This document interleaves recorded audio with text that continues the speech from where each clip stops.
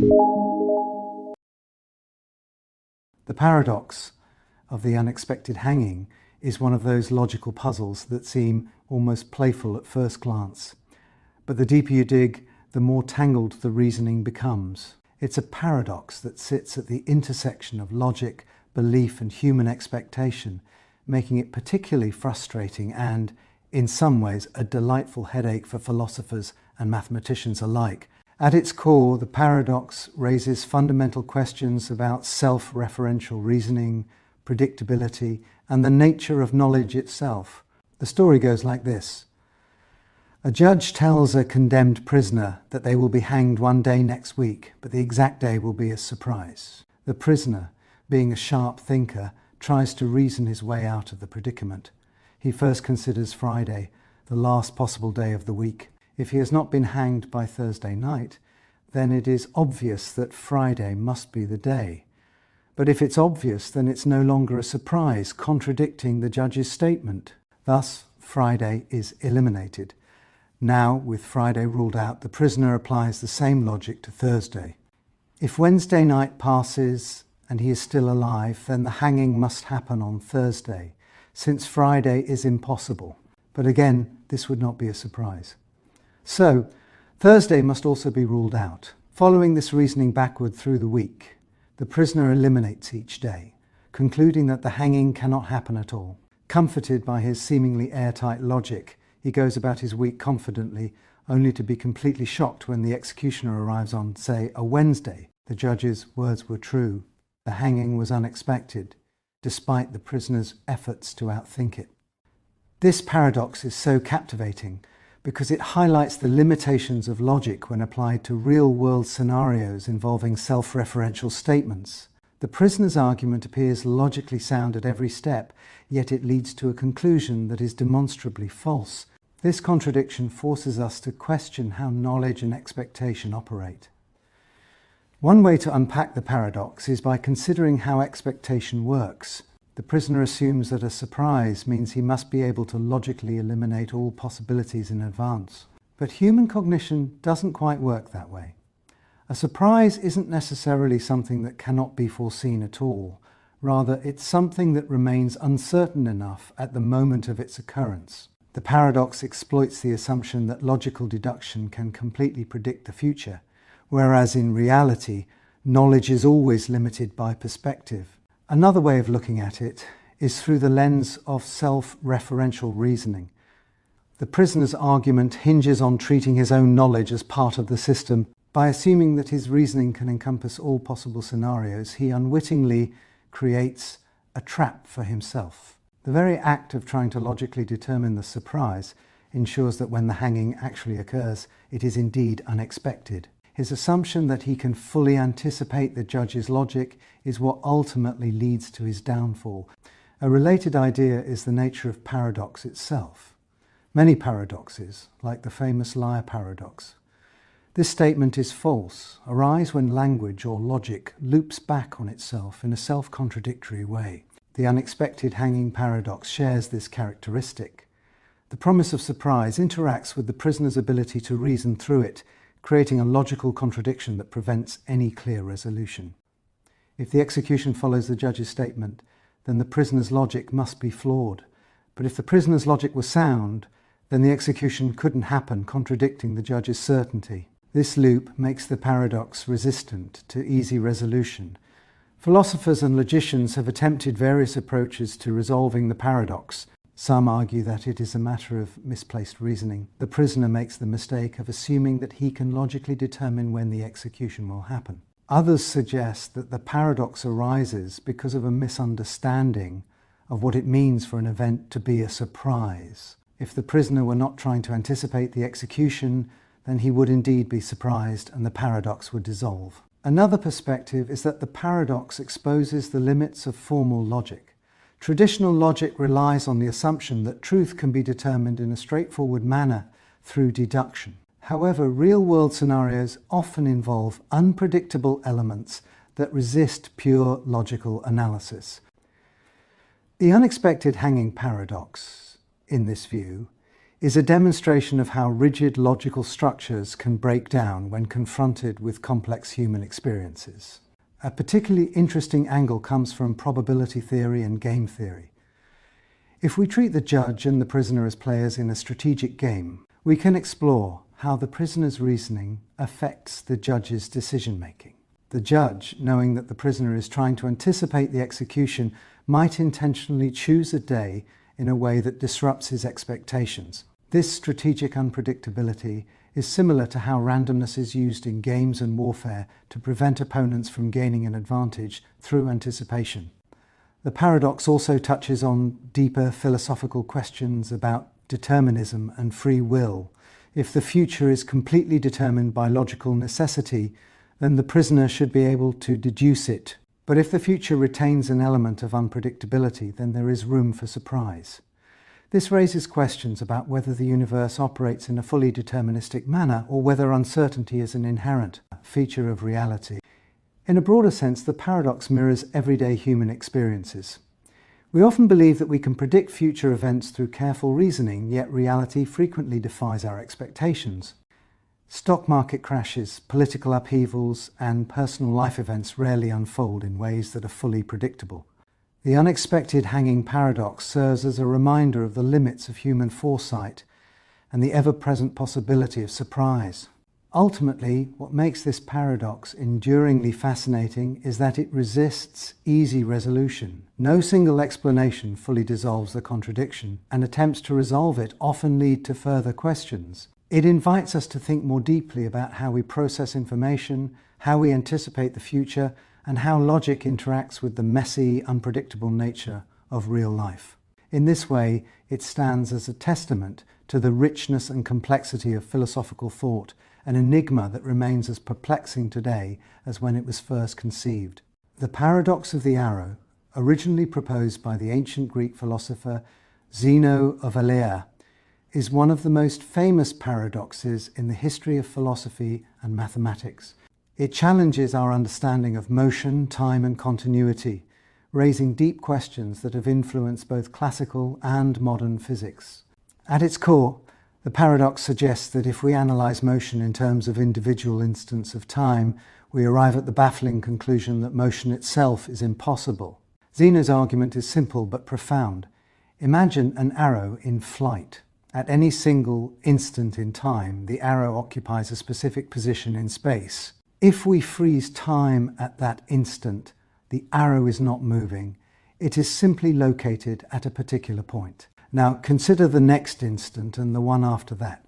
At each of these instants, the arrow still has a definite position, but it does not appear to be moving at any particular moment. If the arrow is always stationary at every instant, then how can it ever be in motion? The paradox emerges from the assumption that time is composed of a series of discrete, indivisible instants. If we break down motion into these individual instants, it appears as though the arrow is simply existing in a sequence of static positions rather than actually moving. This leads to the unsettling conclusion that motion must be an illusion, since it cannot be detected at any specific instant in time. At first glance, the paradox seems absurd. After all, we observe motion everywhere in our daily lives. Cars move along roads, rivers flow, and athletes race across fields. The challenge posed by the arrow paradox, however, is not to deny the existence of motion, but to question how we conceptualize and describe it. The problem lies in the way we break time down into a series of frozen snapshots, which seems to undermine our ability to account for continuous motion. One way to approach the paradox is through the concept of continuity. In classical physics, motion is understood as a continuous process, rather than a sequence of discrete states. This perspective suggests that focusing on individual instants is misleading because motion is defined over intervals of time rather than at single points. Just as a film consists of individual frames that, when played in succession, create the illusion of movement, our perception of motion emerges from the continuous unfolding of events in time. The development of calculus provided a more rigorous mathematical solution to the paradox. Isaac Newton and Gottfried Wilhelm Leibniz introduced the concepts of derivatives and infinitesimals, which allowed for the precise description of motion at any given instant. In calculus, Velocity is defined as the derivative of position with respect to time. This means that even though an object has a specific location at any given instant, its velocity, how fast and in what direction it is moving, is determined by how its position changes over an infinitesimally small period. This mathematical framework resolves Zeno's paradox by showing that motion does not require an object to be moving at a single instant. Rather, it is a property of how the object's position changes over time. Despite this mathematical resolution, the paradox continues to provoke philosophical debate. One reason is that calculus, while highly effective in describing motion, does not necessarily explain the fundamental nature of time. Is time truly continuous, or is it composed of discrete units? If time were truly made up of indivisible instants, then Zeno's reasoning might still hold, suggesting that motion is an emergent phenomenon rather than a fundamental feature of reality. Modern physics, particularly quantum mechanics and relativity, has added new layers of complexity to the discussion. In quantum mechanics, particles do not move in the classical sense, but exist in a superposition of states governed by probability waves. The Heisenberg uncertainty principle suggests that at very small scales, the position and velocity of a particle cannot be precisely determined simultaneously. This challenges the very notion of an object having a well-defined position at an instant, potentially undermining the premise of Zeno's argument. Einstein's theory of relativity further complicates the picture. In relativistic physics, time is not an absolute backdrop against which motion occurs, but is instead part of a four-dimensional fabric known as space-time. Motion, in this context, is better understood as a path through space-time rather than a sequence of static positions. This relativistic perspective diminishes the force of Zeno's paradox by showing that the way we traditionally conceive of time and motion is incomplete. Another interesting approach to the paradox comes from the philosophy of time. The debate between presentism and eternalism is particularly relevant here. Presentism holds that only the present moment exists and the past and future are unreal. If this view were correct, Zeno's paradox might be harder to resolve because motion would have to be explained entirely in terms of the ever-changing present. Eternalism, on the other hand, suggests that all points in time exist equally, much like frames of a film reel. This perspective aligns more closely with modern physics and provides a framework in which motion can be understood as the relation between different points in space-time rather than as something that must be detected at an instant. Despite the advances in physics and mathematics that have addressed the paradox, it remains an important philosophical challenge. It forces us to reconsider our assumptions about time, motion, and the very nature of reality. Even if we accept that motion is continuous and definable through calculus, deeper metaphysical questions linger. What is time really? Is it a fundamental aspect of the universe or a construct of human perception? If motion can be described mathematically but not directly observed at an instant, does this mean that our experience of movement is in some sense an illusion? The arrow paradox, like many of Zeno's paradoxes, is more than just an intellectual puzzle. It serves as a reminder that the concepts we take for granted, time, change, movement, are not as simple as they appear. Whether approached through the lens of ancient philosophy, modern physics, or mathematical logic, the paradox continues to inspire thought and discussion. In grappling with it, we gain deeper insights not only into the nature of motion, but into the way we construct and understand the world around us. The paradox of the dichotomy, first introduced by the ancient Greek philosopher Zeno of Elea, is one of the most intriguing and enduring paradoxes in the history of philosophy and mathematics. It presents a logical argument that seems to demonstrate the impossibility of motion, even though our everyday experiences confirm that motion is not only possible, but constant. This paradox, like Zeno's other famous paradoxes, forces us to question our fundamental assumptions about space, time, and infinity. And it has had a profound impact on the development of mathematical and philosophical thought.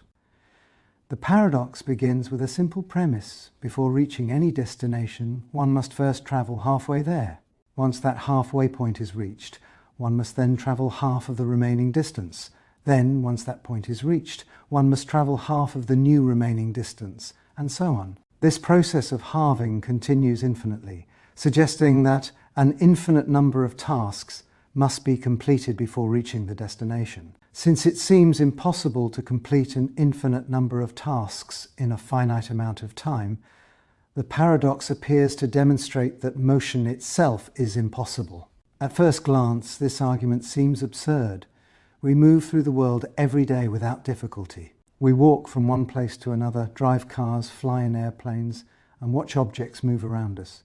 Yet the paradox is constructed in such a way that it appears logically airtight, even though it contradicts our direct experience. This tension between logical reasoning and empirical reality is what makes the dichotomy paradox so fascinating.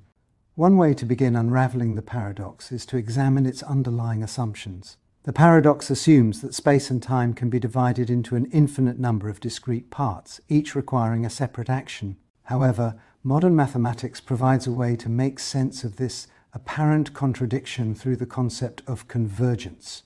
The sum of an infinite series can, under the right conditions, yield a finite result. In this case, the infinite series of distances 1/2, 1/4, 1/8, etc. has a sum of exactly 1, meaning that even though there are infinitely many steps, they collectively amount to a finite distance. The mathematical resolution of the paradox became possible with the development of calculus. The key concept here is the sum of an infinite geometric series. If we add up the fractions representing the steps in the paradox, 1/2 plus 1/4 plus 1/8 plus 1/16 plus, we find that the total approaches a finite limit. This discovery, made precise through calculus and limits, allows us to conclude that an infinite process can still result in a finite outcome. This mathematical insight resolves the logical problem presented by the paradox, but it does not necessarily resolve the deeper philosophical questions it raises. One such philosophical question concerns the nature of infinity. Zeno's paradoxes highlight the counterintuitive nature of infinite processes. The idea that an infinite number of tasks can be completed in a finite amount of time challenges our intuitive understanding of infinity. In everyday experience, we think of infinity as something vast and unreachable. Yet in mathematics, it is possible to work with infinite series in a way that produces meaningful and finite results. This distinction between the practical and mathematical treatment of infinity has deep implications for how we understand the universe. Another perspective on the paradox comes from physics. In classical mechanics, motion is continuous, meaning that an object moves smoothly through space without needing to complete an infinite number of discrete steps. However, in the realm of quantum mechanics, the nature of motion and space becomes less clear. Some interpretations suggest that space and time might be fundamentally discrete at the smallest scales, raising the possibility that Zeno's concerns about infinite divisibility are more relevant than they appear in everyday experience. If space and time are not infinitely divisible, but instead consist of discrete units, then the paradox may not even arise in the first place. Beyond physics and mathematics, the dichotomy paradox has significant implications for philosophy, particularly in the study of metaphysics and the nature of reality. It challenges us to consider whether motion and change are fundamental aspects of reality or whether they are simply illusions arising from our perception. The ancient philosopher Parmenides, Zeno's mentor, argued that all change is an illusion and that reality is ultimately unchanging and indivisible. Zeno's paradoxes were designed in part to support this radical view by showing that our usual conceptions of motion lead to logical contradictions. The paradox also invites us to reflect on the nature of time. If time, like space, is infinitely divisible, then every motion requires traversing an infinite number of temporal intervals as well as spatial ones. This raises the question of whether time itself flows continuously or whether it consists of discrete moments. Philosophers and physicists continue to debate this issue, and the dichotomy paradox remains a useful tool for exploring these questions. Despite the mathematical resolution of the paradox, it continues to hold value as a philosophical problem. It forces us to think more carefully about the nature of space, time, and motion, and it reveals the limitations of our intuitive understanding of these concepts. Moreover, it highlights the importance of mathematical reasoning in resolving seemingly insurmountable logical problems. In conclusion, Zeno's Dichotomy paradox remains one of the most thought-provoking puzzles in the history of philosophy. While calculus and modern mathematics provide a satisfying resolution to the logical problem, the paradox continues to inspire deep questions about the nature of reality, the structure of space and time, and the meaning of infinity. Whether approached from a mathematical, physical, or philosophical perspective, the paradox serves as a powerful reminder that the most fundamental aspects of our experience can still be sources of profound mystery and inquiry. The paradox of predestination is one of the most thought-provoking and philosophically challenging paradoxes associated with time travel. It forces us to reconsider fundamental notions of causality, free will, and the nature of time itself. At its core, the paradox asks whether our actions in the past, particularly those made possible through time travel, are already predetermined simply because they have already happened from the perspective of the future. To illustrate the paradox, imagine that you travel back in time to prevent a historical disaster.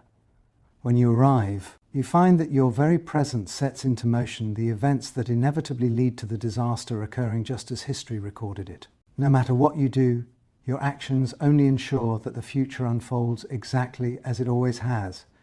This suggests a deterministic view of time, where the past, present, and future are locked in an unchangeable loop. One of the most famous examples of this paradox in fiction is the idea of a time traveller who travels back in time to inspire a famous scientist or historical figure, only to realise that they were always destined to play that role.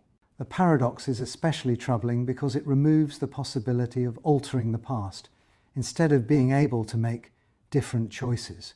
Any attempt to change history merely results in fulfilling it exactly as it has always been. At the heart of the paradox is the question of causality. Normally we think of cause and effect as a linear sequence. A cause precedes an effect in time. However, in a time loop, cause and effect can become circular. A time traveller might introduce an idea or event in the past that leads to their own future actions. This creates a self-contained loop in which the origin of an event is not clearly defined. There is no first cause, just an endless cycle of events reinforcing each other. This is sometimes called a Bootstrap Paradox or ontological paradox. From a philosophical standpoint, the paradox of predestination raises deep questions about free will. If events in the past have already occurred in a particular way, does that mean our choices are illusions? If a time traveller has already influenced the past, then it seems that they have no real freedom to act differently. This idea aligns with a deterministic view of the universe, where all events are preordained and inevitable. However, if free will truly exists, then time travellers should be able to make choices that alter history, potentially creating paradoxes or alternate timelines. One possible resolution to the paradox comes from the concept of the block universe theory in physics, which suggests that time is a four-dimensional structure where past, present, and future all exist simultaneously. In this view, the past is fixed because it is already part of the structure of space-time. If time travel is possible, then any trip to the past is constrained by what has already occurred, meaning that a traveller's actions were always part of history. This preserves consistency but eliminates the possibility of changing the past. Another resolution is the idea of multiple timelines, or the many worlds interpretation. According to this theory, travelling back in time creates a new, separate timeline where different choices can be made without affecting the original history. This avoids paradoxes but raises new questions about the nature of reality. If every possible action creates a branching universe, then an infinite number of realities must exist. Physics also offers some potential insights into the paradox. According to relativity, time is relative to the observer and there is no universal now. This complicates our intuitive understanding of cause and effect. Furthermore, some theoretical physics models, such as closed time-like curves (CTCS), suggest that time loops might be possible under extreme conditions, such as those found near black holes or in quantum gravity models. However, whether these scenarios allow for meaningful changes to the past remains an open question. In literature and popular culture, the paradox of predestination is a common theme in time travel stories. Films like The Terminator and 12 Monkeys explore the idea that attempts to change the past merely fulfill it. In these stories, characters struggle with the realization that their actions are not preventing disaster, but ensuring it. These narratives emphasize the tension between destiny and agency, making the paradox compelling not just as a logical puzzle, but as a deep existential dilemma. The implications of the paradox extend beyond time travel. It touches on broader philosophical debates about determinism versus free will. If the universe operates according to fixed physical laws, does that mean our choices are always predetermined? And if we had access to knowledge of the future, would that knowledge trap us into a fixed course of action? These questions are central to both philosophy and physics, and the paradox of predestination continues to challenge our understanding of reality. Ultimately, the paradox remains unresolved. Whether time travel is possible or not, the thought experiment forces us to grapple with fundamental questions about causality, fate, and the limits of human choice. Even if time travel remains purely theoretical, the paradox of predestination continues to provide fertile ground for philosophical inquiry, scientific exploration, and imaginative storytelling. The paradox of the court, also known as Protagoras' paradox, is an ancient legal and logical puzzle that challenges our understanding of justice, contractual obligations, and the nature of paradoxes themselves. The story originates from ancient Greece and revolves around the famous sophist Protagoras and his student Euathlus. The paradox presents a situation where, no matter the outcome of a lawsuit, the resolution appears contradictory, leading to a logical conundrum. The paradox is set in motion when Protagoras, a renowned teacher of rhetoric and law, agrees to take on Euathlus as a student. However, they strike a unique agreement. Euathlus will only pay Protagoras for his legal education after he wins his first court case. At first, this arrangement seems fair to both parties, as Protagoras is confident in his ability to train a successful lawyer, and Euathlus sees an opportunity to defer payment until he has established himself. The problem arises when Euathlus, after completing his education, does not pursue any legal cases. As a result, he never wins a case, and thus never pays Protagoras. Frustrated, Protagoras decides to sue Euathlus to force him to fulfill his contractual obligation. The case that follows is where the paradox takes shape.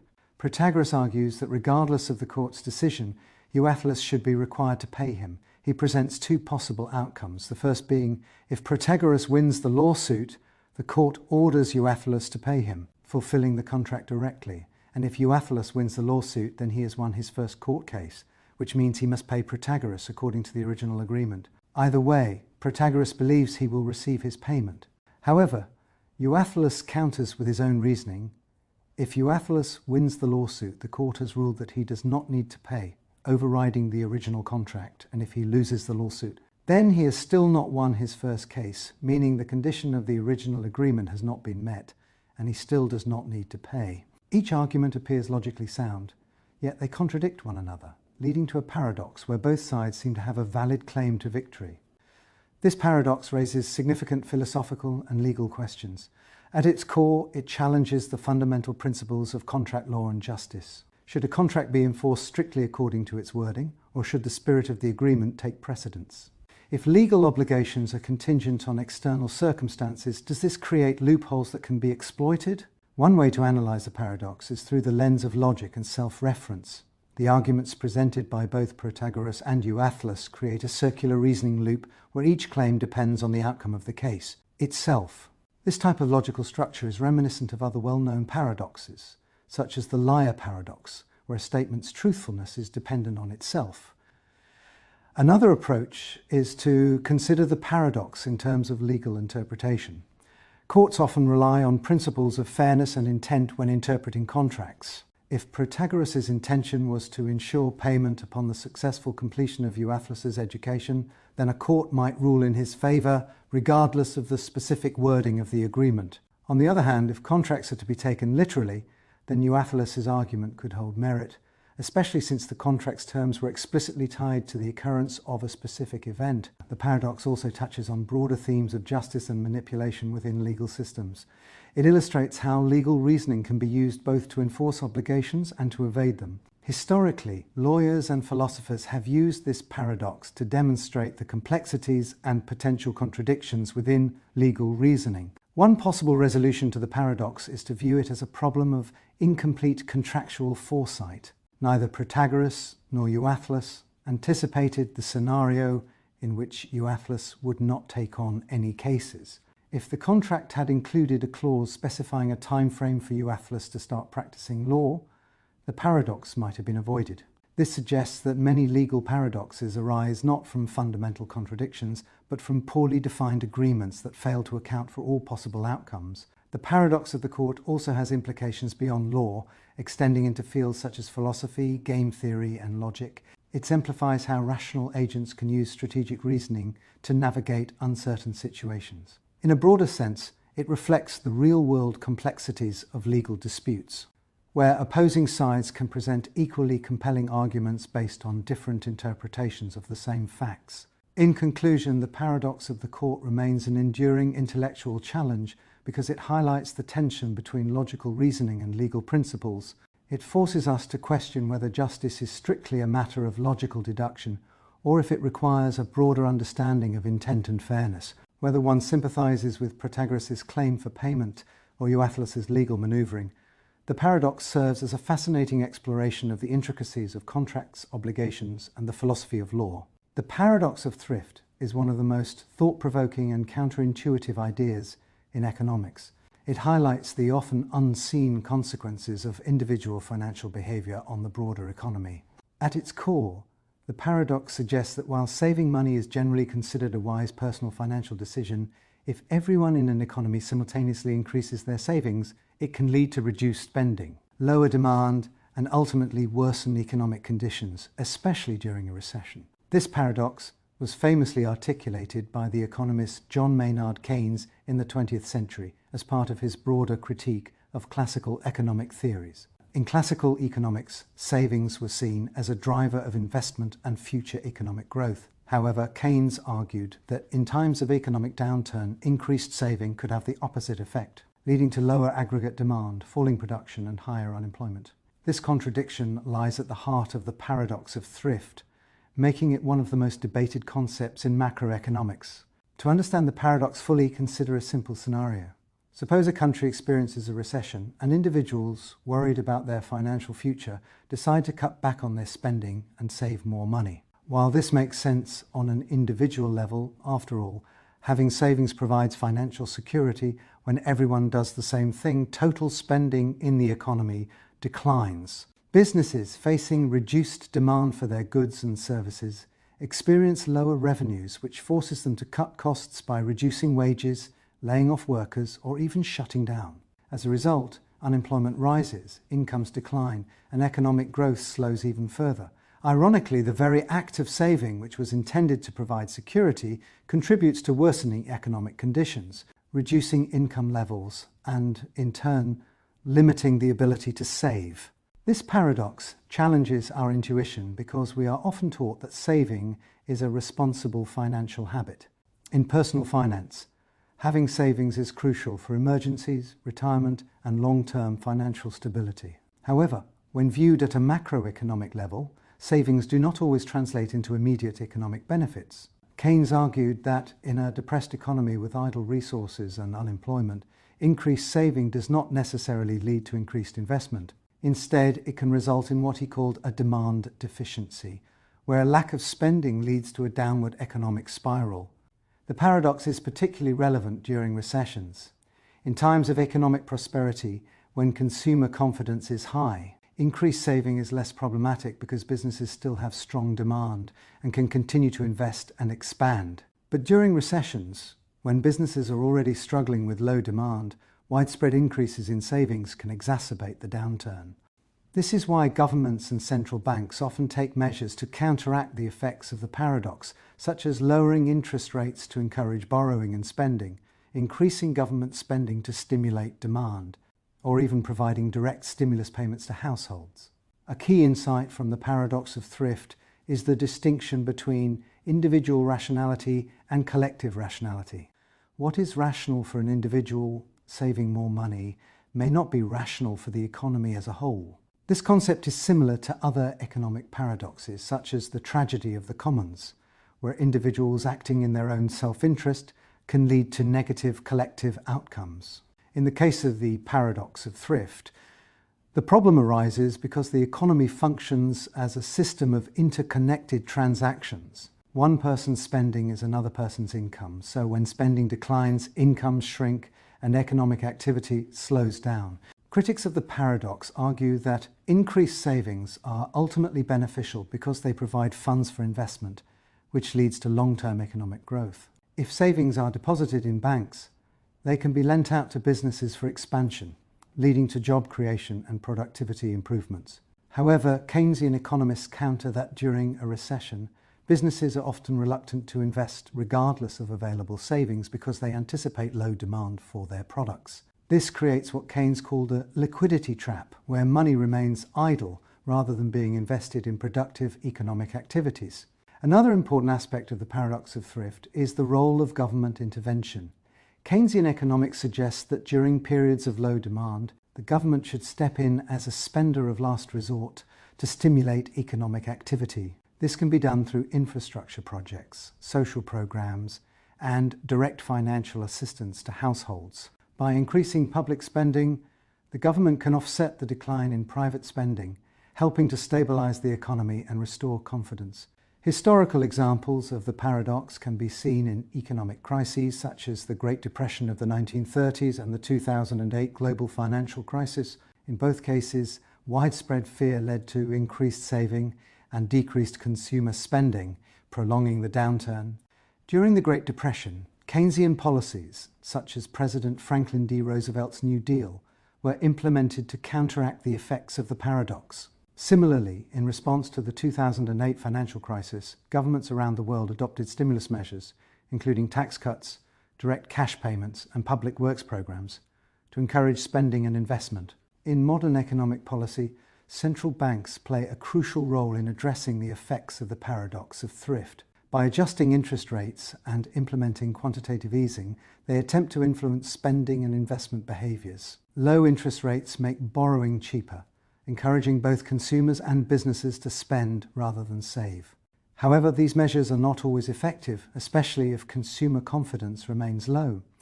The paradox of thrift also has implications beyond traditional economic policy. It raises important questions about income inequality, wealth distribution, and social safety nets. In societies with high economic inequality, the wealthy tend to save a larger proportion of their income, while lower-income households spend a greater share of their earnings on necessities.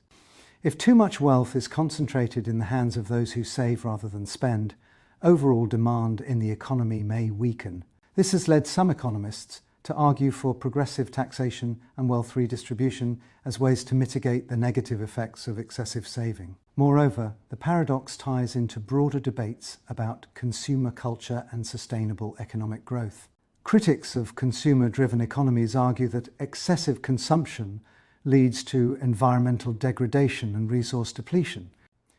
They suggest that rather than encouraging more spending, societies should find alternative models of economic stability that do not rely on constant growth. This perspective challenges traditional economic assumptions and calls for a re-evaluation of what constitutes a healthy economy. Ultimately, the paradox of thrift serves as a reminder that economic behaviour cannot be understood solely at the individual level. The interactions between households, businesses, and government policies create complex dynamics that shape economic outcomes. While saving is a prudent personal choice, its effects on the broader economy depend on the context in which it occurs. Understanding this paradox is crucial for policymakers, economists, and individuals alike, as they navigate the challenges of economic cycles and financial decision-making. In conclusion, the paradox of thrift illustrates the sometimes contradictory relationship between personal financial responsibility and overall economic health. While saving is generally beneficial for individuals, when practiced collectively during economic downturns, it can have unintended negative consequences. This paradox underscores the importance of balanced economic policies that encourage both prudent saving and sufficient spending to sustain economic growth. Whether through government intervention, monetary policy, or structural economic reforms, addressing the challenges posed by the paradox remains a central concern in economic thought and policy making. The paradox of the infinite hotel, often referred to as Hilbert's hotel, is one of the most mind-bending thought experiments in mathematics and philosophy. First proposed by the German mathematician David Hilbert, This paradox explores the strange and counterintuitive properties of infinity, challenging our intuition about space, numbers, and the concept of limits. At the heart of the paradox is an imaginary hotel with an infinite number of rooms, each of which is occupied. At first glance, one might think that if the hotel is full, no more guests can be accommodated. However, Hilbert's hotel demonstrates that despite being fully occupied, the hotel can still make space for additional guests through a simple reallocation process. This paradox forces us to rethink our understanding of what it means for something to be full when dealing with infinite sets. To illustrate the paradox, consider a traveller who arrives at Hilbert's infinite hotel, only to be informed that every single room is occupied. In an ordinary finite hotel, this would mean there is no available space and the guest would be turned away. But in an infinite hotel, the situation is different. The hotel manager simply asks each guest to move from their current room NN to room NP+1N+1. The guest in room 1 moves to room 2, the guest in room 2 moves to room 3, and so on, continuing infinitely. This shift leaves room 1 vacant, allowing the new guest to be accommodated. Despite the fact that the hotel was initially full, it has managed to find a place for one more person. This process can be extended further. Suppose an entire busload of infinite new guests arrives. Once again, in a finite hotel, this would be impossible to manage. But in Hilbert's hotel, the manager can shift every existing guest from room NN to room 2N2N, thereby moving the guest from room 1 to room 2, the guest from room 2 to room 4, the guest from room 3 to room 6, and so on. This relocation ensures that all odd-numbered rooms 1, 3, 5, 7, etc. are now empty, providing space for an infinite number of new guests. As counterintuitive as this seems, the paradox of the infinite hotel is rooted in the peculiar nature of infinite sets. In mathematics, the set of all natural numbers 1, 2, 3, 4 is infinite, yet it remains the same size even when additional elements are added to it or when some elements are removed. This concept, formalized by the mathematician Georg Cantor, shows that different infinite sets can have the same cardinality size, even if one appears to be larger than another. The infinite hotel paradox demonstrates this in an intuitive way, illustrating that infinity does not behave like a finite number. The paradox also raises deep philosophical questions. What does it mean for something to be full? In our everyday experience, being full implies that no additional objects can be added. If a bus is full, it cannot accommodate more passengers without exceeding its capacity. If a cup is full, pouring more liquid will cause it to overflow. However, Hilbert's hotel defies this logic. Despite every room being occupied, more guests can always be accommodated, challenging our conventional notions of capacity and limitation. Another fascinating implication of the paradox is the idea that subtraction works differently with infinity. Suppose that all guests in odd-numbered rooms decide to check out. Since the odd-numbered rooms are infinite in number, one might expect the hotel to be only half full afterward. However, because the remaining guests in even-numbered rooms still form an infinite set, the hotel remains full in a paradoxical way. Similarly, if every guest in the first 1,000 rooms checked out, the hotel would still be infinite, despite losing a seemingly significant number of occupants. The paradox also highlights the concept of one-to-one correspondences, which are crucial in understanding infinite sets. In finite sets, removing an element changes the total count. But in infinite sets, elements can be rearranged or removed without changing the overall size. For instance, the set of all natural numbers 1, 2, 3 has the same cardinality as the set of all even numbers 2, 4, 6.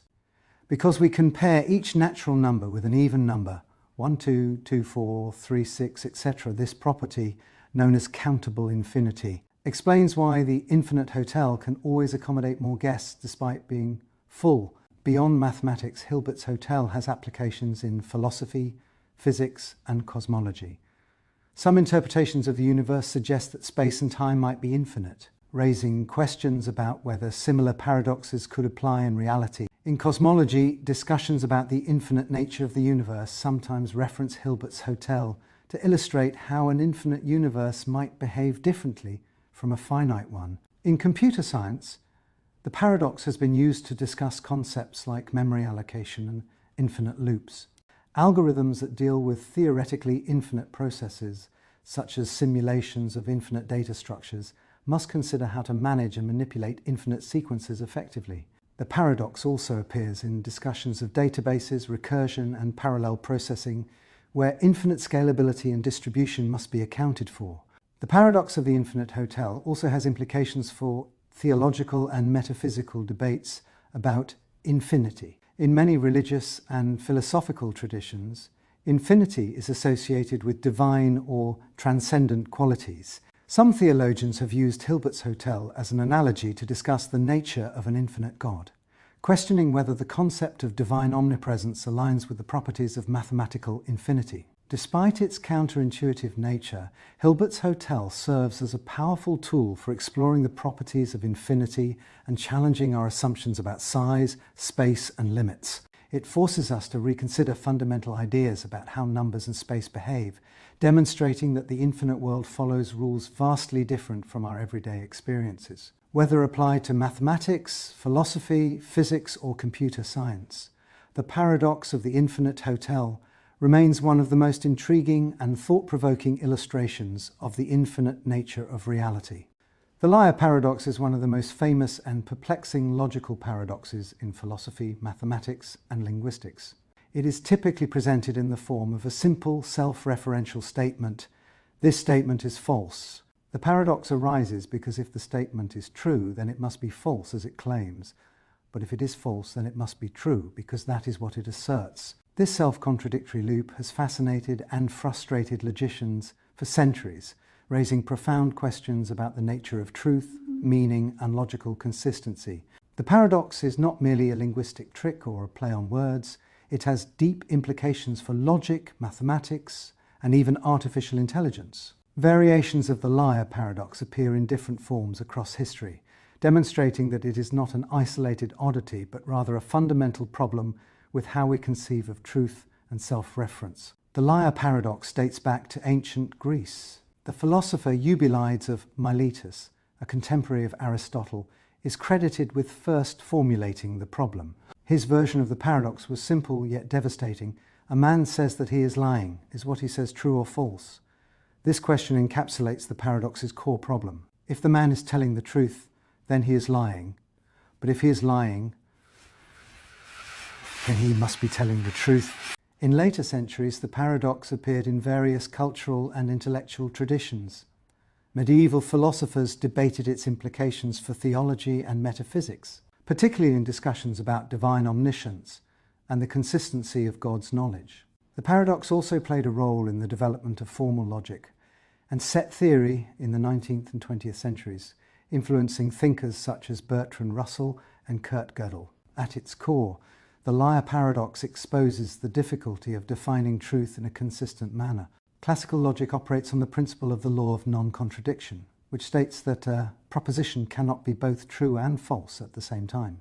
However, the liar paradox appears to violate this principle, suggesting that some statements may not fit neatly into the categories of true or false. Mathematicians and logicians have attempted various approaches to resolving the paradox. One of the most famous is Alfred Tarski's theory of truth, which suggests that truth can only be coherently defined within a hierarchy of languages. According to Tarski, a statement about truth must be made in a meta-language that is separate from the object language it describes. This approach avoids self-reference by ensuring that no statement within a language can declare its own truth or falsehood. The paradox has had significant implications for set theory and formal logic, particularly in the work of Kurt Gödel.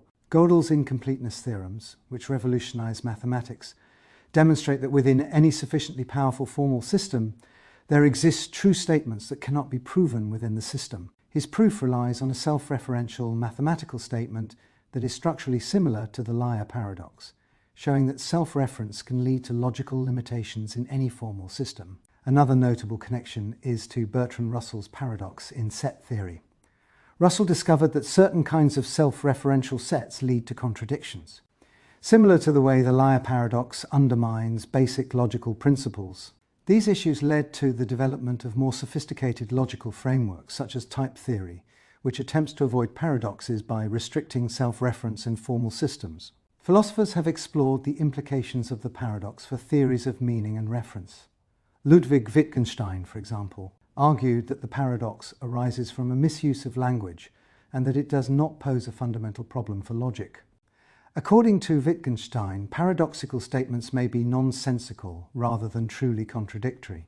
In contemporary philosophy, some scholars argue that the liar paradox reveals a limitation in how we define truth.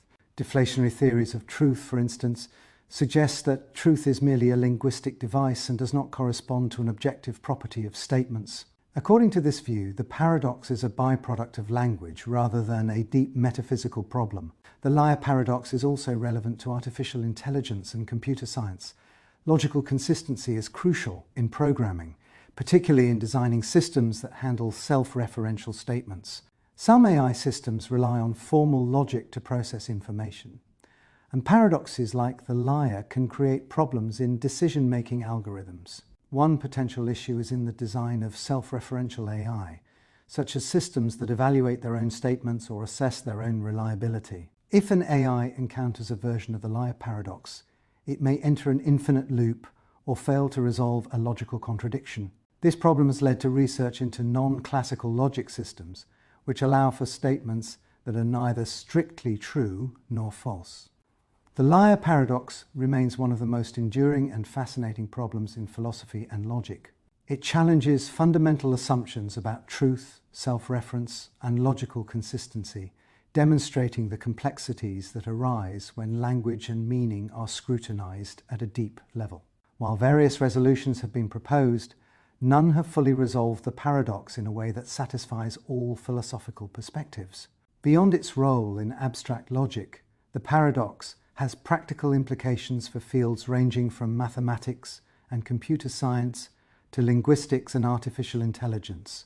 It serves as a reminder that our conceptual frameworks for truth and meaning are not always as straightforward as they seem.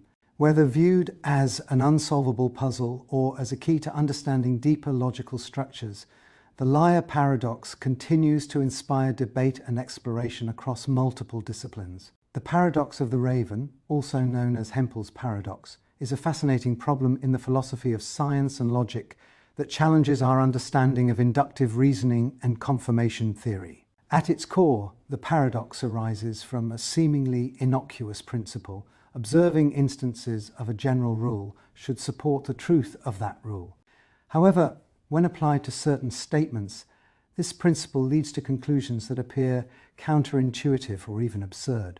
The paradox originates from the idea that a universal statement, such as "all ravens are black," is logically equivalent to its contrapositive, "all non-black things are not ravens." In classical logic, these two statements are interchangeable because they convey the same information. If one is true, so is the other. Problem arises when we consider what counts as evidence for these statements. According to standard inductive reasoning, if we observe a black raven, we have evidence supporting the claim that all ravens are black. But due to the logical equivalence, observing a non-black, non-raven, such as a green apple, should also provide evidence for the same claim. This conclusion, that a green apple can confirm the statement that all ravens are black, is what makes the paradox so puzzling. To unpack this paradox, we need to examine the nature of scientific reasoning. Inductive reasoning is the process by which general laws or rules are derived from specific observations. If every raven we observe is black, we may reasonably conclude that all ravens are black. This is how much of scientific discovery operates, by collecting data and using it to infer general laws. The paradox of the raven challenges this process by suggesting that seemingly irrelevant observations, such as looking at a green apple, can count as evidence for claims about ravens. Carl Gustav Hempel, the German philosopher who introduced the paradox in the 1940s, formulated it within the framework of the confirmation theory. This theory attempts to formalize how observations provide evidence for general statements. According to Hempel's criteria, any instance that aligns with a hypothesis should count as confirmation of that hypothesis. Since all ravens are black is logically equivalent to all non-black things are not ravens, observing a green apple, a non-black thing that is not a raven, should, in principle, support the claim that all ravens are black. This idea is deeply counterintuitive. If a scientist were investigating the colour of ravens, they would not expect a trip to an orchard full of apples and pears to yield useful evidence. The paradox forces us to reconsider our intuitions about what counts as meaningful scientific observation. It also raises the question of whether all confirmations are equally valuable. Observing one more black raven might seem like strong evidence, whereas observing another non-black, non-raven seems trivial. Yet, if we follow the logic of confirmation theory strictly, both should contribute to our confidence in the hypothesis. One way to resolve the paradox is to examine the role of background knowledge and probability. If we already have extensive evidence suggesting that all ravens are black, then the addition of another black raven adds little new information. Similarly, observing a green apple provides negligible confirmation because we already know that non-black things exist that are not ravens. Bayesian probability offers a more nuanced approach to the problem. Bayesian confirmation theory suggests that the degree to which an observation confirms a hypothesis depends on how surprising or informative it is. Seeing a green apple does not significantly change our belief in the statement "all ravens are black," because we already expect that most non-black things are not ravens. Another perspective comes from the idea of relevance in scientific inquiry. While the logical structure of confirmation suggests that any instance aligning with a general rule should support that rule, practical scientific reasoning relies on the relevance of evidence. A biologist studying bird coloration is interested in actual ravens, not in the vast number of non-black objects that are not ravens. Thus, while the paradox shows a logical quirk in our understanding of confirmation, it does not necessarily undermine the way scientists collect and interpret data in practice. There have been several philosophical responses to the paradox. Some philosophers argue that the paradox reveals a limitation in classical logic when applied to inductive reasoning. Others suggest that our discomfort with the paradox arises from the sheer number of non-black, non-raven objects in the world. Since there are countless green apples, blue cars and white clouds, each contributing a tiny amount of confirmation, their cumulative effect is negligible compared to directly observing black ravens. This explanation aligns with Bayesian reasoning, which accounts for how much an individual piece of evidence alters our overall belief in a hypothesis. The paradox also intersects with discussions about falsification in science. Karl Popper, a major figure in the philosophy of science, argued that scientific theories should be judged by their falsifiability rather than their confirmability. From a Popperian perspective, the statement "all ravens are black" is best tested by looking for a counterexample, a non-black raven, rather than accumulating confirming instances. This approach suggests that the best way to assess scientific claims is not to seek out supporting evidence, but to look for possible refutations. Despite these various approaches, the paradox of the raven remains an important and unresolved question in the philosophy of science. It forces us to consider the nature of evidence, the role of probability in confirmation, and the limitations of formal logic in capturing scientific reasoning. The paradox highlights the complexity of real-world scientific inquiry, where not all confirmations are equally valuable and where context matters in assessing the significance of evidence. The paradox has also found relevance in modern discussions of machine learning and artificial intelligence. Algorithms designed to identify patterns and make predictions must decide what counts as valid evidence for a given claim. The Raven paradox suggests that a naive application of logic could lead to misleading conclusions. Designing AI systems that can differentiate between relevant and irrelevant evidence is a crucial challenge in the development of intelligent reasoning systems.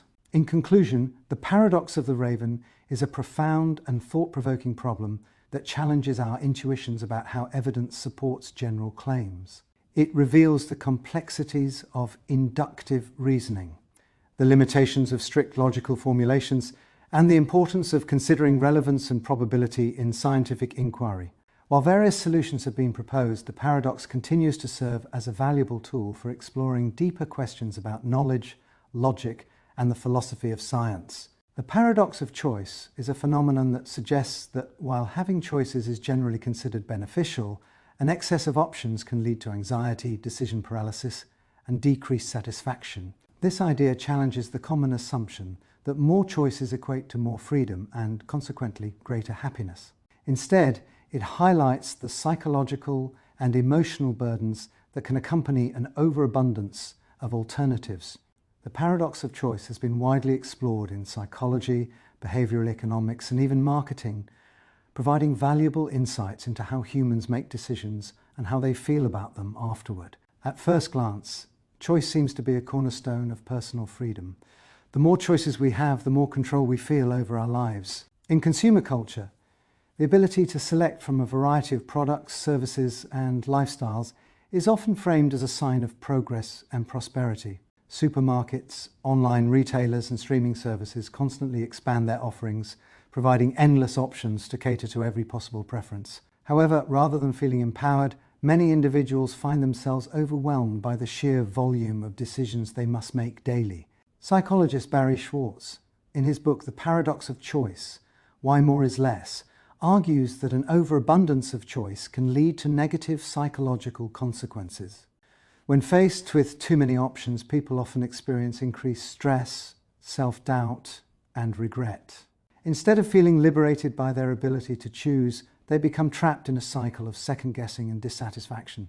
One of the most immediate effects of excessive choice is decision paralysis. When confronted with too many options, individuals may struggle to make any decision at all. This phenomenon has been observed in numerous studies. For example, in a famous experiment by psychologists Sheena Iyengar and Mark Lepper, shoppers were presented with a selection of either 6 or 24 different flavors of jam. The results showed that while more people were initially attracted to the larger display, those given fewer options were significantly more likely to make a purchase. The sheer number of choices in the larger display overwhelmed customers, making them less likely to decide.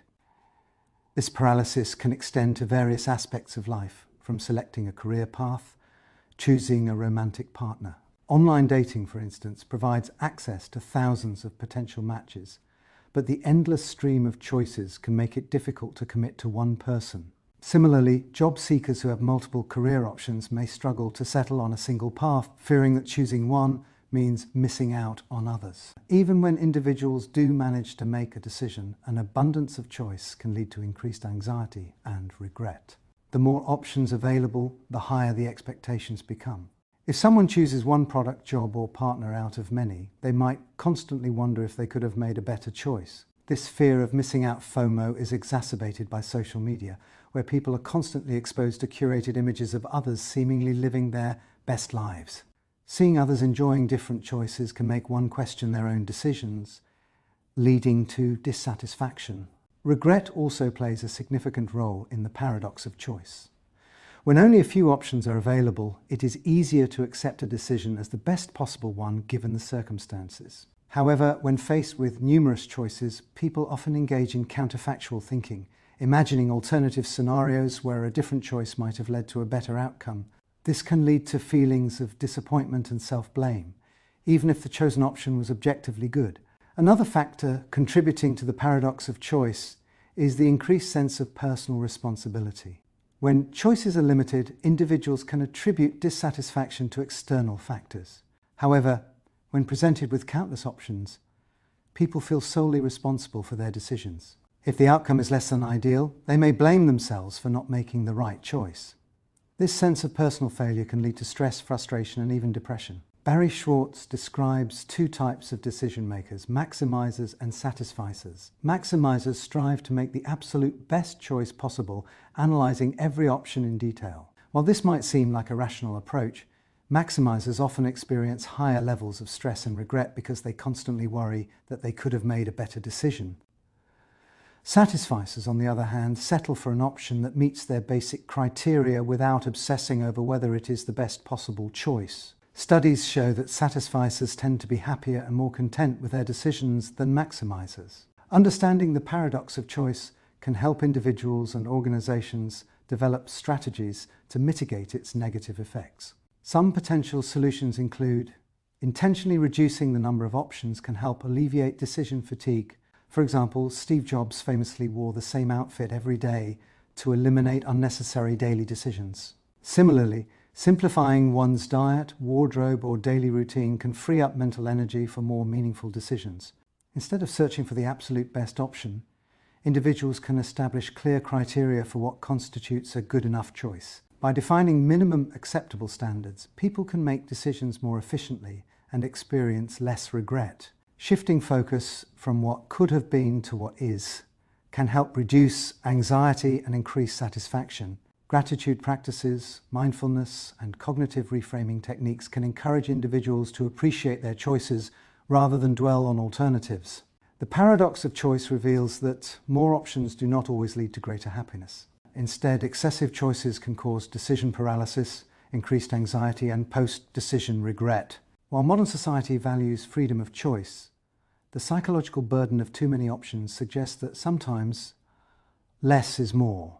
By adopting strategies to simplify decision-making and embracing satisficing over maximizing, individuals can reduce stress and enhance overall well-being. Ultimately, the key to happiness may not lie in having endless choices, but in making peace with the ones we do make. The Barber Paradox is a classic logical puzzle formulated by the mathematician and philosopher Bertrand Russell. It presents an apparent contradiction in the definition of a barber who shaves exactly those who do not shave themselves. This paradox is not just an amusing riddle, but also a deep and significant problem in logic and set theory, leading directly to Russell's discovery of a major inconsistency in early mathematical thought. To understand the paradox, let's lay out its premise clearly. Imagine a town where there is a single barber, and he has a very specific rule. He shaves all and only those men who do not shave themselves. This means that if a man in town does not shave himself, the barber must shave him. Conversely, if a man does shave himself, the barber does not shave him. The paradox emerges when we ask, who shaves the barber? If the barber shaves himself, then according to the rule, he should not be shaving himself because he only shaves those who do not shave themselves. On the other hand, if the barber does not shave himself, then according to the rule, he must shave himself. This results in a logical contradiction. The barber both must and must not shave himself, making the situation impossible. This paradox is not just an isolated curiosity. It is deeply related to foundational issues in logic and mathematics. Russell formulated it as part of his broader investigation into self-referential sets, leading to what is known as Russell's paradox. The essential problem is that self-referential definitions, statements, or rules that refer to themselves can lead to inconsistencies if not properly constrained. Russell's discovery of the Barber Paradox was inspired by contradictions in set theory, particularly regarding what mathematicians at the time called naive set theory. This was an early attempt to formalize mathematics by treating collections of objects called sets as fundamental building blocks. One of the principles of naive set theory was that any well-defined property should determine a corresponding set. For example, the set of all red objects contains everything that is red, and the set of all even numbers contains every number that is evenly divisible by 2. However, Russell noticed a major flaw in this framework when considering the set of all sets that do not contain themselves. If such a set exists, then it must both contain itself and not contain itself at the same time, a contradiction. The Barber Paradox is a more accessible way of expressing this problem using everyday language, but its implications are just as profound. The discovery of Russell's paradox had major consequences for mathematics and logic. At the time, mathematicians like Gottlob Frege were attempting to build a rigorous foundation for mathematics using set theory. Frege's system assumed that any logical condition could define a set. Russell's paradox showed that this assumption led to contradictions, undermining the entire system. To resolve these contradictions, mathematicians developed new approaches to set theory. One of the most important was Zermelo-Fraenkel's set theory, ZF, which introduced restrictions on how sets could be defined to avoid paradoxes like Russell's. Another approach was Russell's own type theory, which classified objects into different hierarchical types to prevent self-referential definitions from leading to contradictions. The Barber Paradox is just one example of a broader class of self-referential paradoxes that have fascinated philosophers and logicians for centuries. Another famous example is the liar paradox, which arises when someone says, "This statement is false. If the statement is true, then it must be false. But if it is false, then it must be true." Just like the Barber Paradox, it creates an unavoidable contradiction. Another related paradox is the Grelling-Nelson paradox, which considers whether adjectives that describe themselves like short, being a short word, or do not describe themselves like long, being a short word, can be. consistently classified. These paradoxes all stem from the difficulties of self-reference and the challenge of defining clear boundaries in logical and linguistic systems. While the Barber Paradox originated in mathematics, its implications extend far beyond. The problem of self-reference appears in philosophy, computer science, linguistics, and even social and political theory. In computer science, for example, self-referential problems arise in programming and artificial intelligence. The famous halting problem, discovered by Alan Turing, demonstrates that there is no general algorithm that can determine whether an arbitrary computer program will eventually stop or run forever. This is another manifestation of the issues that Russell identified in logic. In philosophy, the paradox is relevant to discussions of self-identity and the nature of truth. The challenge of defining oneself while adhering to external constraints is a common theme in existentialism and epistemology. Additionally, in social theory, self-referential rules often lead to contradictions. Consider the paradox of authority. If a ruler has absolute power but decides to limit their own power, do they still have absolute power? Such problems illustrate the difficulty of creating logically consistent systems in human institutions. One way to resolve the Barber paradox is to recognize that its premises are inherently contradictory and thus impossible. The situation it describes cannot exist in reality because the definition of the Barber is self-contradictory. This suggests that not all seemingly valid logical statements actually correspond to possible real-world scenarios. Another approach is to alter the rules slightly to remove the contradiction. For example, if we say that the barber only shaves those who do not shave themselves except for himself, then the paradox disappears. However, this solution feels somewhat artificial and sidesteps the deeper logical issue rather than resolving it. Some have also suggested that the paradox demonstrates the limitations of ordinary language. In formal logic, self-referential definitions must be handled carefully to avoid contradictions. By imposing strict hierarchical structures, such as those found in type theory, it is possible to avoid the kinds of self-referential loops that lead to paradoxes like this one. The Barber Paradox is a deceptively simple problem that reveals deep issues in logic and mathematics. It is a tangible and intuitive expression of Russell's paradox, which exposed contradictions in early set theory and led to major advancements in formal logic. Beyond mathematics, the paradox highlights fundamental problems with self-reference, influencing fields as diverse as philosophy, computer science, and social theory. Ultimately, the paradox serves as a reminder that not all problems have solutions, and that the rules we use to define our world must be carefully structured to avoid contradictions. By studying such paradoxes, we gain a better understanding of the foundations of logic, the structure of knowledge, and the complexities of self-referential systems. The paradox of the heap, also known as the Sorites paradox, is one of the most intriguing and persistent puzzles in philosophy. It challenges our intuitive understanding of vague concepts like heap, baldness, or tallness by demonstrating how seemingly reasonable assumptions lead to absurd conclusions. The paradox emerges from the question, if we remove one grain of sand from a heap, does it remain a heap? If we continue this process grain by grain, at what exact point does it stop being a heap? This paradox was first introduced by the ancient Greek philosopher Eubulides, who formulated several paradoxes concerning logic and language. The Sorites paradox has persisted throughout centuries, continuing to perplex philosophers, linguists, and logicians. It raises profound questions about the nature of meaning, the limitations of language, and how we categorize objects and concepts in the real world. The paradox arises from the combination of two seemingly reasonable premises.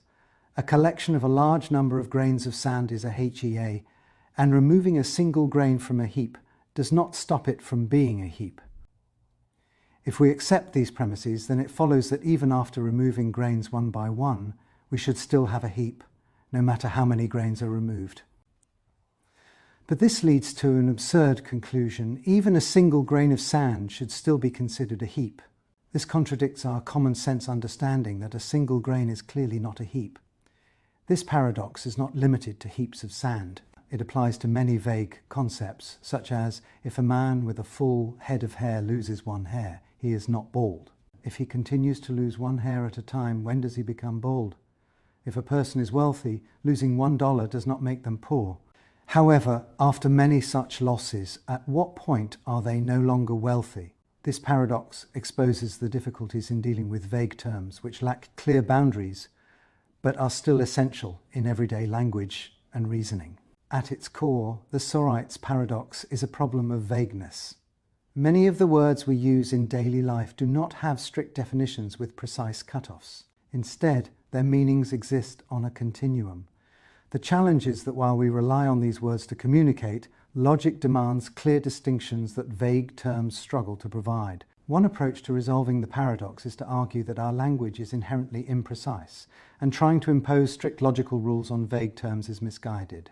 However, this solution is unsatisfying because it leaves open the question of how we can effectively reason about the real world if our concepts lack clear boundaries. Philosophers and logicians have proposed several possible solutions to the Sorites paradox, each with its strengths and weaknesses. One approach is to argue that there is a precise cutoff point, but we simply do not know what it is.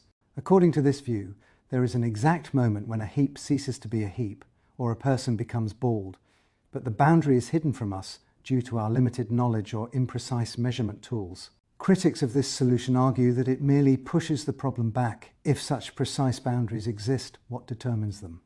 Why would one particular grain of sand be the critical difference between a heap and a non-heap?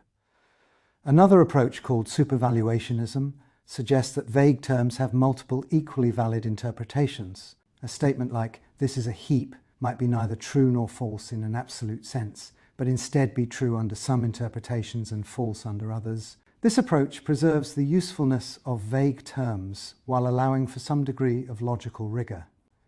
Supervaluationism has its own problems. While it avoids outright contradictions, it does not provide a satisfying answer to where the boundary lies. It acknowledges that vagueness exists without fully resolving the underlying issue. Fuzzy logic is a mathematical approach that allows for degrees of truth rather than strict binary true-false values.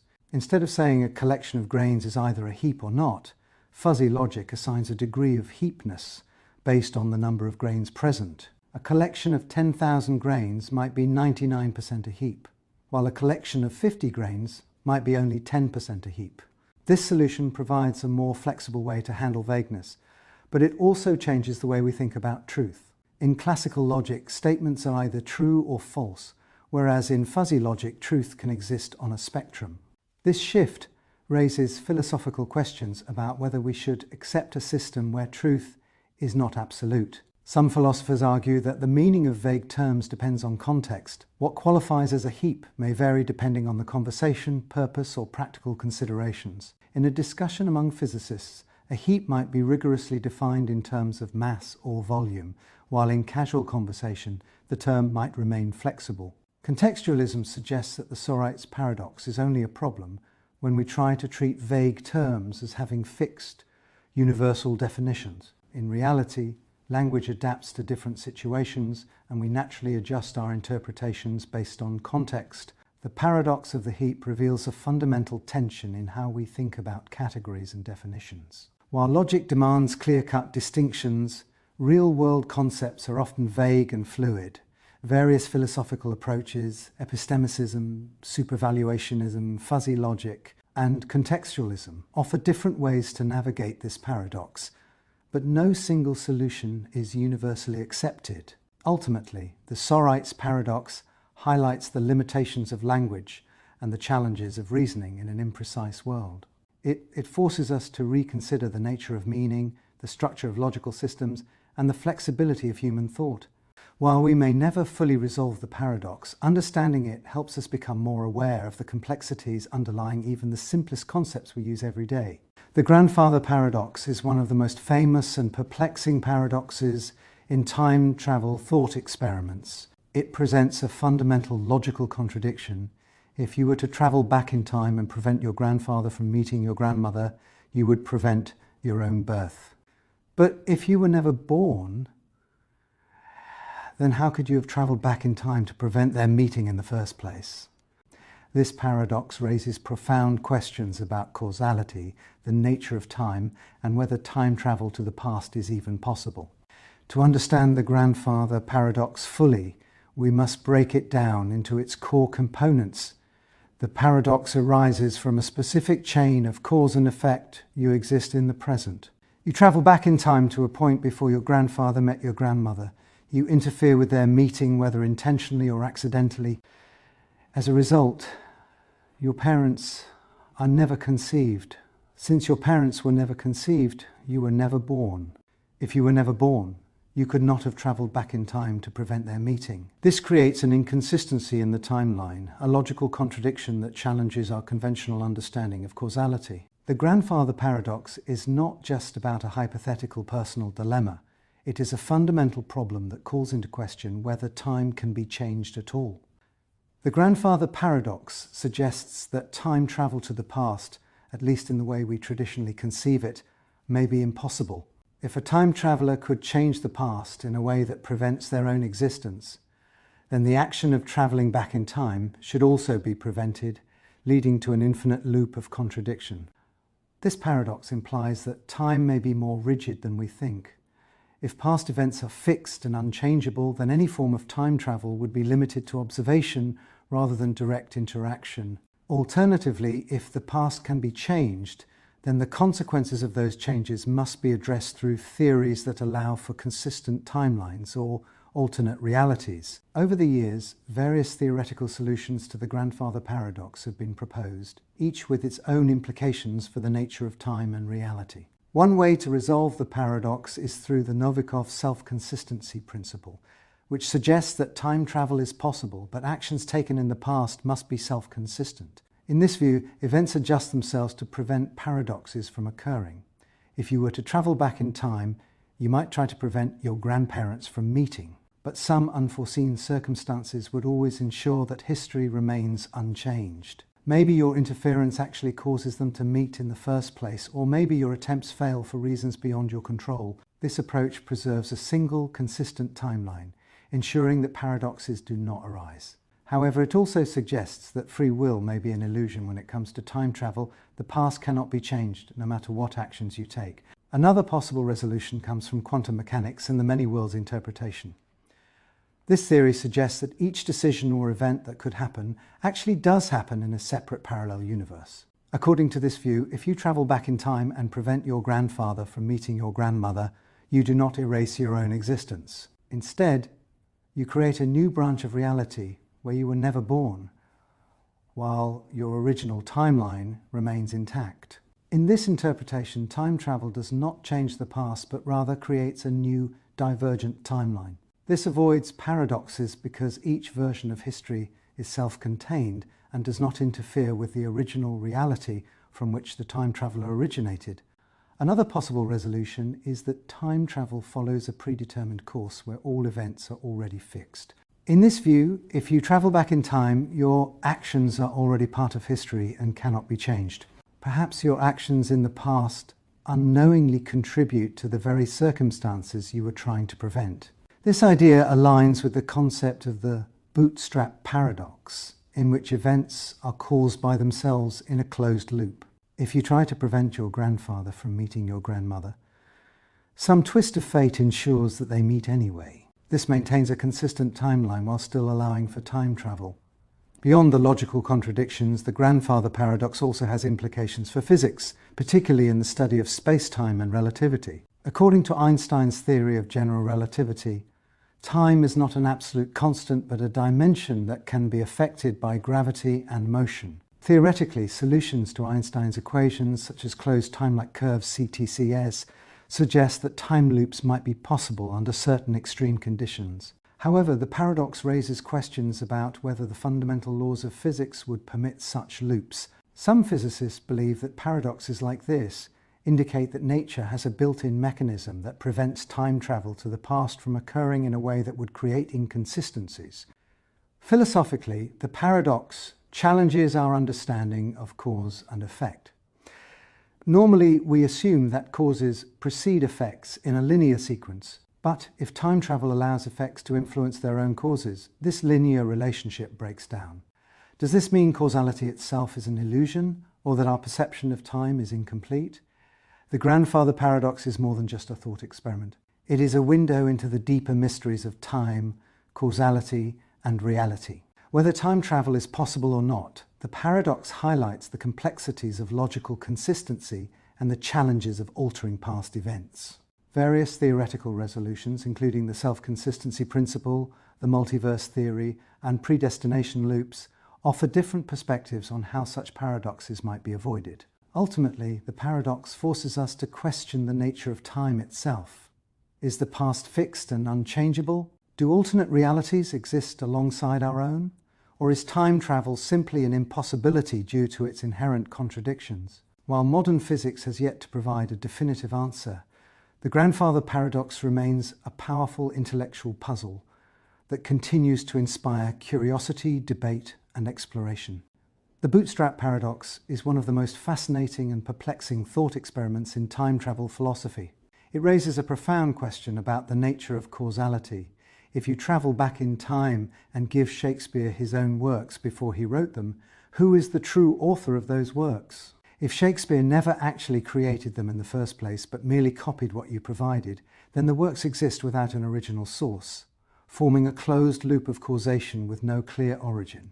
This paradox challenges our fundamental understanding of time, causation, and the very concept of originality. At its core, the Bootstrap Paradox involves a self-created object, idea, or piece of information that has no discernible point of origin.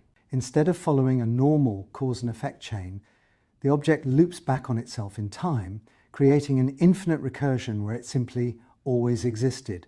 The paradox is named after the idea of pulling oneself up by one's bootstraps, an expression that describes an impossible or self-sustaining action. The paradox applies to anything that appears to exist without ever having been created, whether it be a book, a piece of knowledge, a physical object, or even a person. One of the most famous thought experiments illustrating the paradox involves a time traveller who goes back in time and gives William Shakespeare a copy of his own plays. Shakespeare then publishes these works as his own. Later, when the time traveller is born and grows up, he reads Shakespeare's plays, memorises them, and takes them back in time to give to Shakespeare. If Shakespeare never originally wrote them, but only received them from the time traveller, who is the true author of the plays? This paradox has far-reaching implications beyond literature. It forces us to consider the possibility of objects, knowledge, and even historical events that have no true point of origin, but exist solely due to time loops. The Bootstrap Paradox manifests in many forms, all of which challenge our understanding of cause and effect. One of the most common versions involves information that exists without an original source. The Shakespeare example fits here. The plays exist, but no one actually wrote them in the conventional sense. The same paradox could apply to scientific discoveries, technological blueprints, or even mathematical equations. If a scientist in the future discovers an equation, travels back in time, and gives it to a mathematician who then publishes it in the past, the equation seems to exist without ever having been derived. Another version of the paradox involves physical objects. Suppose a time traveller finds an ancient, mysterious book in the future. They then travel back in time and give the book to a publisher, who prints and distributes it. Over the centuries, copies are made, and eventually the original book is the very one the time traveller finds in the future. Where did the book come from? No one ever wrote it. It simply exists in an eternal loop. An even stranger variation involves people. Imagine a child is left on a doorstep with no known parents.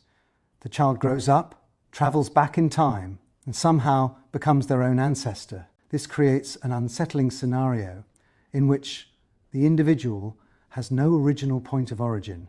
They exist purely because of time travel. The Bootstrap Paradox presents an apparent contradiction in causality, but various theories attempt to resolve or explain it. One interpretation is that time is a closed, self-consistent system where events must unfold as they always have. This aligns with the Novikov self-consistency principle, which suggests that actions taken by a time traveller must be consistent with history and cannot introduce contradictions. According to this view, Shakespeare receiving his own plays from a time traveller is simply part of the way history works, even if it lacks an origin point.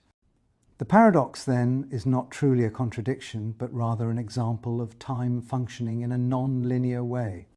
Another possible resolution is that time travel does not operate within a single timeline, but instead creates multiple realities. If a time traveller gives Shakespeare his plays, they do not overwrite the original timeline, but create a new separate branch of history. In this new timeline, the plays exist without a clear origin, but they were originally created in another reality. This theory avoids paradoxes by allowing for infinite branching timelines, each with its own distinct causal history. Some physicists and philosophers speculate that certain pieces of information, like Shakespeare's plays or scientific equations, could exist in self-sustaining loops. In this view, information can be preserved indefinitely through time travel without ever needing a true point of origin. This idea suggests that, while paradoxical, these loops do not necessarily violate the laws of physics. They simply challenge our traditional understanding of cause and effect. The Bootstrap Paradox forces us to rethink fundamental concepts in physics, philosophy, and logic. If information or objects can exist without an origin, does that imply that time itself is not truly linear? Could certain ideas or technologies exist eternally, pass between time periods in an endless cycle? Some physicists argue that such paradoxes suggest time travel to the past may be impossible, at least in the way we often imagine it. If objects or information could exist without an original source, this could violate principles of entropy and conservation of information. Others, however, suggest that quantum mechanics may allow for such loops, meaning our current understanding of time is incomplete. Philosophically, the paradox raises deep questions about originality, authorship, and the nature of existence. If an idea or object has no true creator, is it truly original? Does authorship require an initial moment of creation, or can something be considered authored even if it merely exists in a self-sustaining loop? The Bootstrap Paradox is a deeply unsettling but endlessly fascinating concept that challenges our understanding of time, causality, and reality itself. Whether it applies to information, objects, or people, the paradox forces us to confront the possibility that some things may exist without ever having been created. Various theories, ranging from self-consistency principles to multiverse interpretations, attempt to make sense of this phenomenon, but no definitive answer exists. Ultimately, the paradox serves as a reminder that our understanding of time is still incomplete.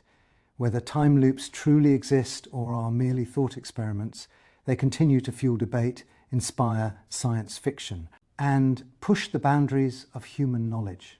Perhaps, like the paradox itself, the search for answers is an endless loop, one that we are destined to explore forever. The paradox of the stone is one of the most famous and enduring philosophical dilemmas concerning omnipotence. At its core, the paradox questions the very nature of an all-powerful being's capabilities. It is framed as follows: can an omnipotent being create a stone so heavy that even they cannot lift it? If the answer is yes, then there is something the being cannot do, namely lift the stone, thus implying they are not truly omnipotent. If the answer is no, then there is also something they cannot do, namely create the stone, again implying they are not truly omnipotent. This paradox seems to challenge the very concept of absolute power, forcing us to reconsider what omnipotence actually means and whether it is even logically possible. To fully appreciate the paradox, we need to analyze the logical structure behind it. The challenge arises from a contradiction built into the definition of omnipotence itself. If an omnipotent being is capable of doing anything, then it should be able to both create the stone and lift it. However, the very act of creating a stone so heavy that it cannot be lifted places a limitation on the being's power. The paradox creates a scenario in which omnipotence appears to be self-defeating, meaning that the concept itself might be logically incoherent. The paradox can be broken down into two mutually exclusive possibilities. If the being can create such a stone, then there is at least one thing it cannot do: lift the stone. And if the being cannot create such a stone, then there is at least one thing it cannot do: create the stone. In both cases, there seems to be a limit on the being's power, suggesting that true omnipotence might be an impossible concept. Over the centuries, philosophers and theologians have proposed various resolutions to the paradox. Some attempt to redefine omnipotence, while others argue that the paradox is based on a flawed understanding of logic. One of the most widely accepted solutions to the paradox is to argue that omnipotence does not require the ability to perform logically contradictory or nonsensical actions. This view, championed by thinkers like Thomas Aquinas, suggests that omnipotence should be understood as the ability to do all things that are logically possible. According to this interpretation, asking whether an omnipotent being can create a stone too heavy for them to lift is equivalent to asking whether they can create a square circle or a married bachelor, concepts that are inherently self-contradictory. By this reasoning, the paradox is dismissed as an illogical question. Since an omnipotent being can do all things that are logically possible, but a logically impossible action is not truly an action at all, the paradox is avoided. The inability to create a self-contradictory entity does not count as a limitation because it is not a meaningful task to begin with. Another response to the paradox involves the nature of self-imposed limitations. Just as a person can voluntarily choose not to do something, an omnipotent being could theoretically impose a limitation on itself, such as creating a stone it chooses not to lift. In this case, the being's omnipotence is not compromised, rather it is exercising its own free will in creating a condition that appears paradoxical from a human perspective. This perspective aligns with theological ideas about divine self-restraint. For instance, some religious traditions hold that an omnipotent God can choose to limit its own power temporarily or in specific circumstances, such as granting humans free will. In this way, the omnipotent being still possesses unlimited power, but can choose when and how to exercise it. A more radical approach is to argue that true omnipotence includes the ability to violate logical principles. Under this interpretation, an omnipotent being could create the stone and still lift it, even if such an action appears logically contradictory. Some theologians and philosophers suggest that an all-powerful entity is not bound by human logic. If omnipotence means absolute control over all things, then logical consistency might simply be a rule that applies to lesser beings, not the omnipotent one. However, this interpretation raises additional questions.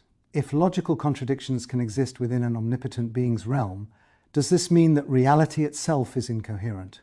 If an omnipotent being can make 2 + 2 = 5, then does logic cease to be meaningful? While this resolution keeps omnipotence intact, it creates a universe where rational consistency breaks down. Another approach to solving the paradox is to define omnipotence not as the ability to do absolutely everything, but as possessing the greatest possible power. Under this view, omnipotence means that there is nothing in existence more powerful than the omnipotent being, rather than the ability to perform paradoxical feats. This redefinition sidesteps the paradox entirely, because the being's power is not measured by whether it can complete logically impossible tasks, but rather by its supreme status compared to all other beings. The paradox of the stone remains one of the most engaging and thought-provoking paradoxes in philosophy.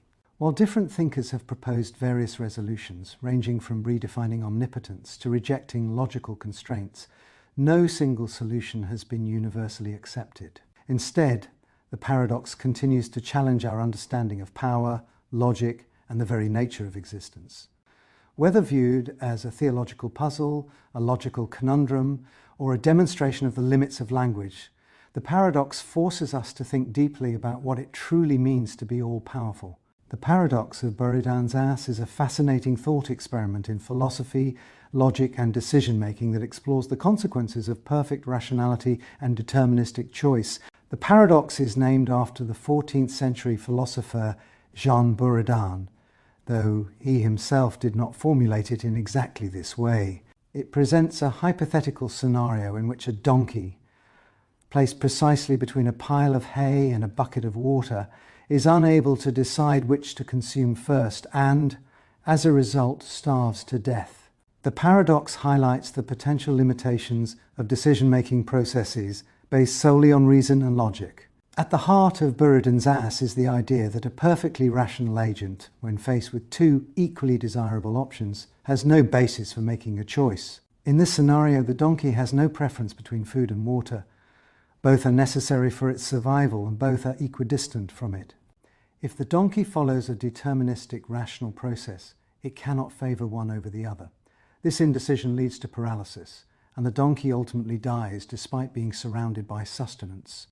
The paradox is a critique of the idea that rationality alone can guide decision-making, suggesting that in cases of perfect symmetry, an external factor such as randomness, instinct, or a minor deviation in circumstances must intervene to break the deadlock. Although the paradox is named after Jean Buridan, its roots extend further back to Aristotle and medieval discussions on free will, determinism, and rational choice. Aristotle, in his discussions on motion and choice, contemplated similar problems regarding how a rational agent decides between two equal options. The paradox also ties into the philosophical concept of acrasia, or weakness of will, which explores how individuals sometimes fail to act in their own best interests due to hesitation or indecision. Buridan himself argued for a form of determinism in which human beings always act according to the strongest perceived motive. However, the paradox challenges this idea by suggesting that when two motives are perfectly balanced, no action follows. It raises questions about whether pure rationality is a sufficient guide for action, and whether free will or randomness is required to resolve such dilemmas. One of the key insights from Buridan's Ass is that decision-making cannot be purely mechanical or deterministic in all cases.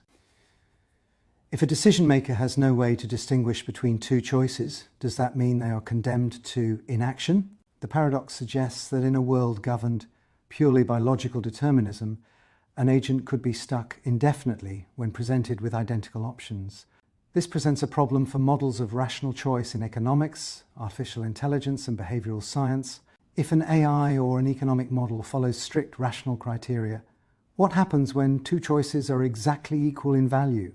Without a mechanism for breaking ties, such systems could experience decision paralysis, much like the hypothetical donkey. Philosophers and thinkers have proposed several ways to resolve the paradox, each offering insights into how decisions are made in the real world. One simple resolution is that real-life decision-makers, including animals and humans, are not bound by perfect rationality. A slight fluctuation in sensory perception, instinct, or even quantum mechanics at the microscopic level could introduce a small bias, breaking the symmetry. For instance, the donkey might perceive the hay just a fraction of a second earlier than the water, leading it to choose the hay first. In human decision-making, individuals often introduce randomness, gut feelings, or social conventions when faced with a tie.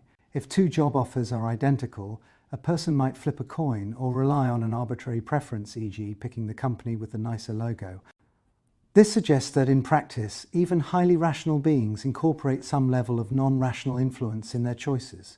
Another response is that perfect symmetry rarely exists in the real world. Even if two options seem equal, closer scrutiny often reveals minor differences. The hay might be slightly fresher, or the water might be slightly cooler. Similarly, in human decisions, two seemingly identical job offers may have differences in company culture, commute time, or long-term career prospects that ultimately influence the choice. This approach aligns with modern decision theory, which holds that choices are rarely, if ever, completely identical. The more a person examines two options, the more likely they are to find distinguishing features that tip the scale. Another critique of the paradox is that it assumes the donkey must choose both food and water simultaneously. However, real-life decision-making often involves sequential choices. The donkey could first take a bite of hay and then walk over to the water. This highlights the importance of temporal reasoning. Decisions do not always have to be made in an all-or-nothing manner. This perspective aligns with psychological models of decision-making, which suggest that breaking complex choices into smaller steps can prevent paralysis. For example, when faced with a difficult decision, a person might make a provisional choice and adjust later if necessary. Some philosophers use Buridan's Ass as an argument for free will, suggesting that purely deterministic models of decision-making are inadequate. If the donkey were a conscious being with free will, it might simply decide to move toward one option arbitrarily, even without a rational basis. This suggests that free will may involve more than just weighing rational preferences. It may also involve an element of spontaneity or subjective agency. This has implications for debates about free will versus determinism. If free will allows decision makers to escape logical deadlocks, does that mean free will must be non-deterministic? If so, how does this fit into our understanding of cause and effect? The paradox of Buridan's Ass raises deep questions about rationality, decision-making, and the nature of choice. While the hypothetical scenario of a donkey starving due to indecision is an exaggeration, it serves as a powerful illustration of the limitations of purely rational decision-making. In real life, decisions are influenced by randomness, slight differences, sequential reasoning, and even free will. The paradox remains a valuable thought experiment, shaping discussions in philosophy, economics, psychology, artificial intelligence, reminding us that sometimes the ability to act matters more than the perfect logic behind a choice.